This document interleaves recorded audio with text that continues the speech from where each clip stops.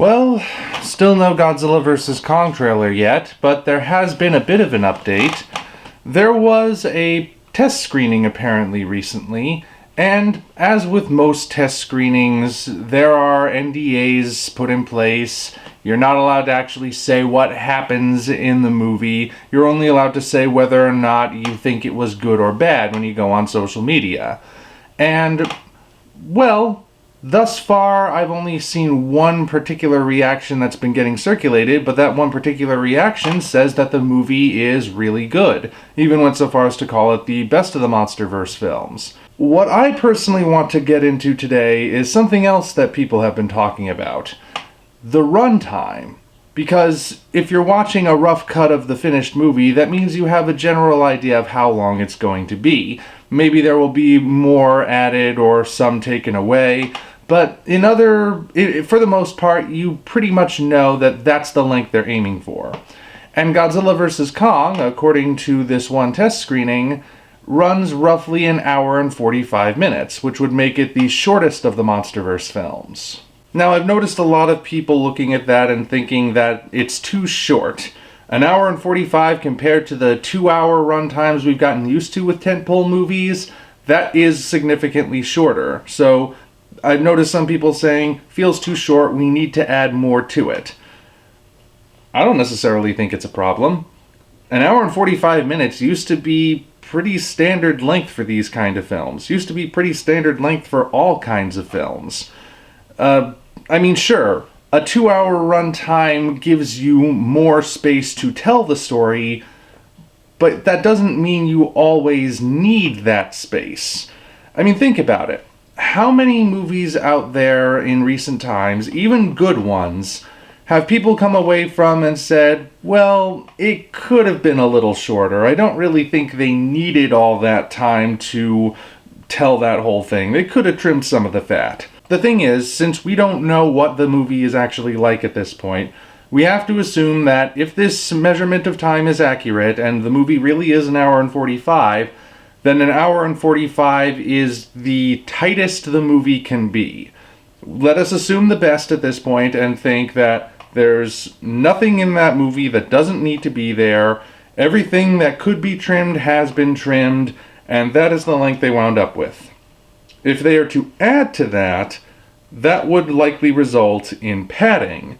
And padding is not something you want in any sort of work. Padding is just stuff you add just so it will be longer.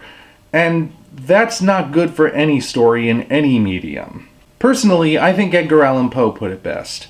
You know why he only has one novel-length story and everything else is either a short story or a poem?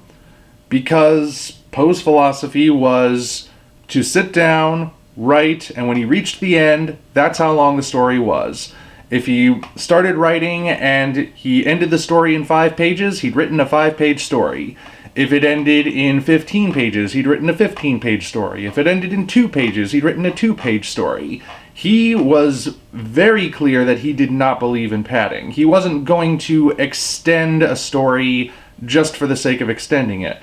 Might he have had a bit more financial success because he would have been able to publish actual novels? Possibly, but then again, who knows? But he wasn't about to just add on to all of these stories if he didn't need to because the story didn't require it. There are enough film adaptations of his work out there that shows what happens when you do add to that stuff. It results in not only the story usually being completely different, but also it generally loses something. And yes, part of that is from adapting it from page to screen, but all the same, you could adapt it to a short film. You don't have to adapt it to feature length. I'm getting a little off track here. Point is, Poe said that however long a story winds up being is how long it should be. And I think that's an appropriate way to look at things as a writer. Because it keeps me in a focus of don't add stuff that isn't needed. If something can be trimmed without affecting the story, trim it. And if you lose a couple pages or you lose a couple minutes from a video or something, then so be it. So, if Godzilla really is an hour and 45 minutes, in the best possible state that it could be, assuming the best, of course, then an hour and 45 minutes is how long it will be. And maybe it doesn't need to be 2 hours. Who knows? At this point, it's anyone's guess. But we'll see, I suppose. I, for one, am not opposed to the idea of having a film that's only an hour and 45 minutes. My concern is whether or not that hour and 45 minutes is put to good use. And with the lack of a trailer up to this point, it's difficult to even guess whether or not that'll be the case. But we will see. So those are my thoughts. Personally, I don't think Godzilla vs. Kong having a shorter runtime, if that's accurate, is a bad thing. Then again, sometimes it feels like I'm one of the few optimists in this fandom these days, so who knows? Either way, I just wanted to put that out there for you guys to consider. And if you still think an hour and 45 minutes is too short, consider this. In the classic Universal Monsters series, The Bride of Frankenstein is considered one of the best entries. It only runs an hour and 15 minutes, and that's including the opening titles. A shorter runtime didn't affect its quality. What mattered was what it did with that hour and 15 minutes. And if that's considered one of the most iconic horror films of all time, I'd say that pretty much proves that shorter runtime doesn't really matter that much. Technically, a movie only needs to be over an hour to be considered feature-length anyway. But now I'm just rambling. So, just keep that in mind and share your thoughts, whatever they may be, in the comments section below. Until such time as we meet again, this is the Omni Viewer signing off. If you enjoyed this video, be sure to like it, as well as subscribe to the channel for more content of a similar nature.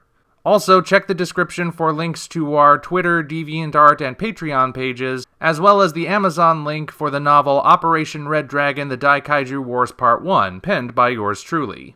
Thank you all, and we appreciate your support.